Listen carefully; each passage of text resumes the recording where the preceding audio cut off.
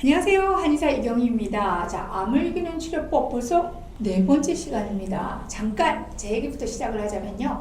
작년에 건강검진에서 유방암 검사상 의심되는 조직이 보인다는 통보를 받았어요. 다행히 확대 촬영 결과 별 문제가 없는 것으로 밝혀지긴 했는데요. 그 사이 기간 동안 별별 생각이 다 들었습니다. 제가 환자를 그렇게 보면서도 직접적으로 체험하지 못했는데 결국 자신의 문제로 직접 다가와 보니까 암이란 이름이 어떤 중압감을 가지고 있는지 잠시나마 확인하는 시간이 되었고요. 정말 암 환우분들에게 좀 더 다가가는 치료를 해야겠다는 생각도 들었습니다. 자, 신현태 원장님. 한방제약과 전문의 신현태 원장입니다. 반갑습니다. 자, 지난 3개의 영상을 통해서 이런 근본적인 치유의 이런 분들에서 공통적으로 발견된 10가지 요소 중 신체적인 요소들, 그러니까 운동, 식단의 변화, 보조제 선택 등에 대해서 얘기를 해주셨잖아요. 자, 오늘은 우리 무슨 얘기 하기로 했었죠?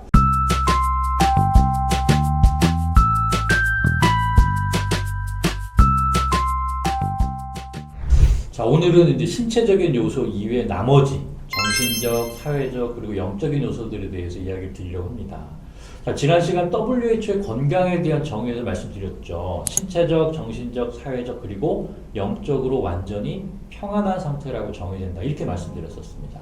자, 10가지 요소 중에 신체적인 부분은 단지 3가지밖에 안 되고요. 그렇네요. 이미 많은 분들이 잘 알고 있고 중요하게 생각을 하고 있고 실천하고 있는 부분이라면 오늘 말씀드릴 그 나머지 부분들은 사실 병원에서 시행하는 치료에서는 미처 챙길 수 없는 내용들이 아닌가 생각이 됩니다. 자, 어떤 것들인지 다시 한번 살펴보면요. 자신의 건강을 주도적으로 다스리기, 자신의 직관을 따르기, 억눌린 감정을 풀어주기, 긍정적인 감정을 키우기, 사회적 지지를 받아들이기, 영적 연결을 강화하기, 그리고 살아야 할 강력한 이유를 찾기, 자신의 건강을 주도적으로 다스리고 자신의 직관을 따른다. 사실 의료인 입장에서는 조금 조심스럽죠. 자, 우리나라에서도 몇 년 전에 암 환자분들이 기생충 약을 복용하는 열풍이 있었어요. 네네네. 근거가 충분하지 않았기 때문에 매스컴에서도 많이 다뤘는데 많은 선생님들이, 의사 선생님들이 염려하고 반대했었죠. 주도적으로 또 직관적인 부분을 따른다는 이런 것들이 자칫 이런 쪽으로 연결될 수 있기 때문에 염려가 있기는 합니다만 암과 같은 질병을 다루는 데 있어서 좀 더 시야를 넓힐 필요가 있다는 것은 어느 정도 동의가 되는 것 같아요. 그리고 이 책에서도 6년 이상의 시간에 걸쳐서 1,500건 이상의 많은 사례를 가지고 확인을 한 거니까 참고할 부분이 충분히 있다고 봐져요. 자, 그러면 먼저 자신의 건강을 주도적으로 다스린다는 것은 어떤 의미인가요? 아무래도 환자분들은 병에 대해서 전문가가 아니기 때문에 암의 진단 또 치료 과정에서 자신의 의사를 반영하기가 쉽지가 않죠. 저자들은요, 환자 자신이 조금 더 적극적으로 치료 과정에 참여하기를 권하고 있습니다. 그러기 위해서는 다양한 분야의 전문가들의 조언을 구하고 네. 또 동일한 질환을 가졌던 다른 경험자들의 의견도 충분히 듣고 수렴해서 자신의 건강을 개선하기 위해서 자신 스스로가 능동적인 역할을 하고 자신의 삶을 더 기꺼이 적극적으로 변화시키려는 그런 의지를 가지라, 이런 의미인 거예요. 근데 사실 이 부분은 환자들의 마인드만 바뀌어서는 안 되고 우리 치료자들의 마인드 변화가 함께 있어야 가능하지 않을까 싶어요. 자, 주도적인 의견 개진을 하면 야단만 맞고 왔다는 환자분들 이런 불평 종종 듣게 되거든요. 특히 양방 선생님들의 경우에는 그 진료 특성상 기본적으로 대체의학에 대해서 굉장히 엄격하신 경우가 많잖아요. 그러니까 자신이나 가족이 암을 겪으면서 환자의 입장이 되어보면 표준 치료의 한계를 받아들이고 좀 더 폭넓은 시야를 가지는 경우들이 제 주위에서 또 동료분들한테도 종종 있는 것 같은데요. 자, 다음으로 자신의 직관을 따른다? 어떤 의미일까요? 자, 이것도 사실 좀 받아들여지기 힘든 부분이긴 한데요. 이성적인 판단이 아니고 직관적이고 비논리적인, 충동적이고 어떤 그 감각적인 판단을 따르는 것이 때로는 더 정확할 수 있다, 이런 의미예요. 저자가 예를 든 사례가 이제 다발성 경화증 환자였는데 점점 더 증상이 악화되는 거예요. 그래서 기존의 치료에 대해서 이분이 느끼기에 본능적으로 뭔가 이제 자기한테 맞지 않다, 그런 이제 거부하는 그런 느낌을 따르고 자신이 이제 그 질병에 대해서 주도적으로 많은 공부를 하고 다른 분야의 이제 어떤 전문가들한테 조언을 얻어서 결과적으로는 치유 상태에 이르렀다는 거예요. 네.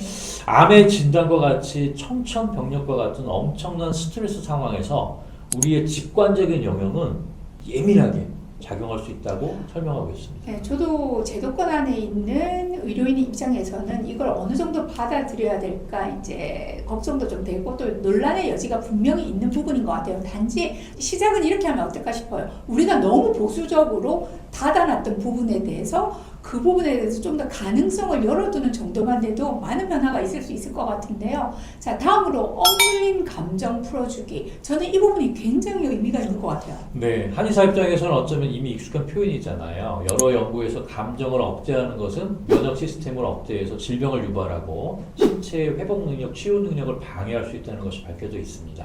한의학에서 가장 유명한 질병 기전 설명 중에 하나가 불통즉 통이라는 네네. 말이 있죠. 자, 불통, 즉 기전 혈이 흐르지 않고 정체가 되면 질병이 생긴다는 뜻입니다. 즉 기울의 상태를 말하는데요.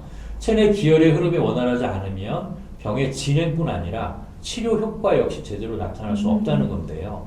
이 책에서는 생리적인 흐름보다는 보다 정서적인 부분을 강조하고 있긴 해요. 암 환자분들이 흔히 가지게 되는 스트레스와 죽음에 대한 두려움 역시 이런 억눌린 감정에 해당될 수 있기 때문에 이런 감정들은 충분히 표현하고 흘려보낼 것을 강조하고 있습니다. 그래서 구체적으로 실천하는 방법으로는 아마 많이들 알고 계시는 방법들이에요. MBSR, Mindfulness Based Stress Reduction, 마음 챙김이라고 보통 얘기를 하죠. 네네. 그리고 EMDR, Eye Movement Desensitization and Repression. 그래서 우리말로 하면 되게 어려운데 안구 운동 둔감화 및 재처리 기술. 네네. 그리고 잘 알고 계시는 EFT, Emotional Freedom Technique이라고 해서 감정 자유교육. 이런 것들이 네. 이제 흔하게 사용되는 그런 방법들이고요. 자, 몇 주 동안의 짧은 실천만으로 뇌파 검사나 기능적 MRI라고 하는 펑셔널 MRI라든가 또 텔로미어 검사, 유전자 검사 이런 것들로 확인을 해봤더니 굉장히 그 효과가 좋더라. 이런 것들이 보고되고 있어요. 자, 다음으로는요. 긍정적인 감정 키우기라고 하셨는데 그 부분을 좀 설명해 주시겠어요? 구체적인 실천 방법으로 제안되는 걸 한번 살펴보겠습니다. 매일 감사하는 마음으로 하루를 시작하기. 또 대중매체를 모니터링해서 부정적인 정보의 폭격 같은 걸 피하는 거. 그러니까 보면 기분 나빠지는 거 있잖아요. 안 본다는 거예요. 그런 거 피하는 거예요. 또 자신이 보는 쇼나 영화나 같은 경우 오락 프로그램이 즐거움을 주고 있는지를 확인해서 즐거움을 주는 것들만 찾아다니는 거예요. 네. 또 자신에게 활력을 주는 친구를 찾아보고 또 기쁨을 가져다는 신체 활동이나 사회적 활동 같은 걸 찾아보고 또 매일 밤 그날 하루 행복이나 기쁨을 가져던 순간을 되돌아보기. 그래서 웃음 요가라는 걸 검색을 해보시면 이런 것들을 소개하고 있는데요. 박장대소라고 해서 웃으면서 요가를 하시는 거거든요. 네네.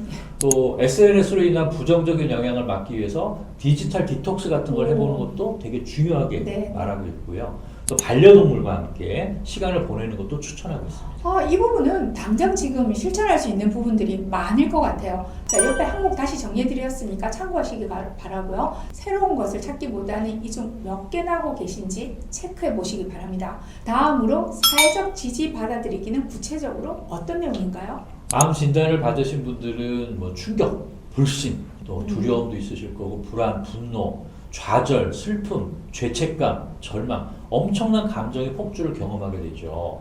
자, 이런 감정들은 너무 압도적입니다. 그래서 혼자서 처리할 수가 없어요. 네네. 근본적인 치유에 있는 환자분들의 경우에 친구나 가족, 치유팀으로부터 올바른 사회적 지지를 얻는 것이 필수적이라고 강조합니다. 자, 여기서 중요한 것은 환자 자신이 지지를 받고 있는지 여부입니다.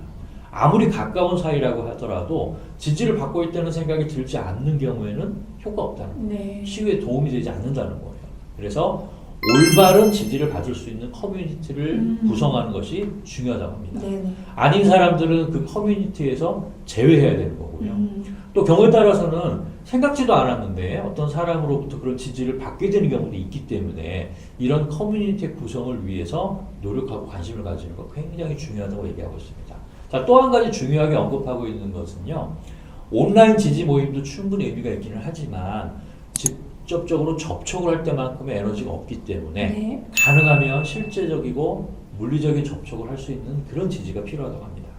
네, 이 부분은 사실 저도 진료를 하면서 경험하고 있는 부분이기는 합니다. 자, 스스로의 지지, 또 긍정적인 마인드가 잘 형성돼 있거나 또는 가족 관계가 좋은 환자분들은 치료 효과도 훨씬 빠른 경우를 경험하게 됩니다. 그리고 덧붙여서 실제적이고 물리적인 접촉을 통한 지지 커뮤니티, 환자분들에게 강조해 봐야겠어요. 자, 다음으로 영적 연계를 강화하기. 이건 종교적인 의미인 거죠? 종교를 갖고 계신 분들이라면 자신의 종교적인 신념을 강화시키는 의미가 될 수 있고요. 종교인이 아니신 그런 분들이라면 명상이나 마음 챙김, 요가 등을 통해서 영적인 활동을 강화할 수 있는데요. 이런 모든 활동들이 스트레스 호르몬 수치를 낮추고 염증 반응을 줄여주고 또 유전자의 변화를 유도하는 효과가 있는 것으로 확인되고 있습니다. 자신의 생각이나 감정, 경험을 차분하게 돌아보면서 정리하고 천천히 심호흡을 하고 일기를 쓰고 마음 챙김이나 명상에 몰두하는 것이 해당이 됩니다. 갑자기 예전에 그 장수 직업군에 대한 리서치가 떠오르는데요. 제 기억으로는 종교인이 이겼던 걸로 기억이 나요. 자, 마지막으로 살아야 할 강력한 이유 찾기. 네, 저자들은 죽고 싶지 않은 것과 살아야 할 강력한 이유가 있는 것이 완전히 다르다고 말하고 있습니다. 살아야 할 이유에 집중을 하면 기쁨이나 목적의식 또 행복감을 느끼게 돼서 몸 전체의 면역 계통이 강화될 수 있다고 말하고 있고요. 어떤 활동이 자신을 기쁘게 하는지 또 보람이 있게 하는지 자신이 가치 있게 여기는 삶의 목적은 무엇인지 이런 것들을 생각하면서 책이나 팟캐스트나 온라인 자료 등을 통해서 전문가들로부터 조언을 얻기를 권하고 있습니다. 자, 오늘 신한태 원장님을 통해서 여러 가지 얘기를 듣게 되었습니다.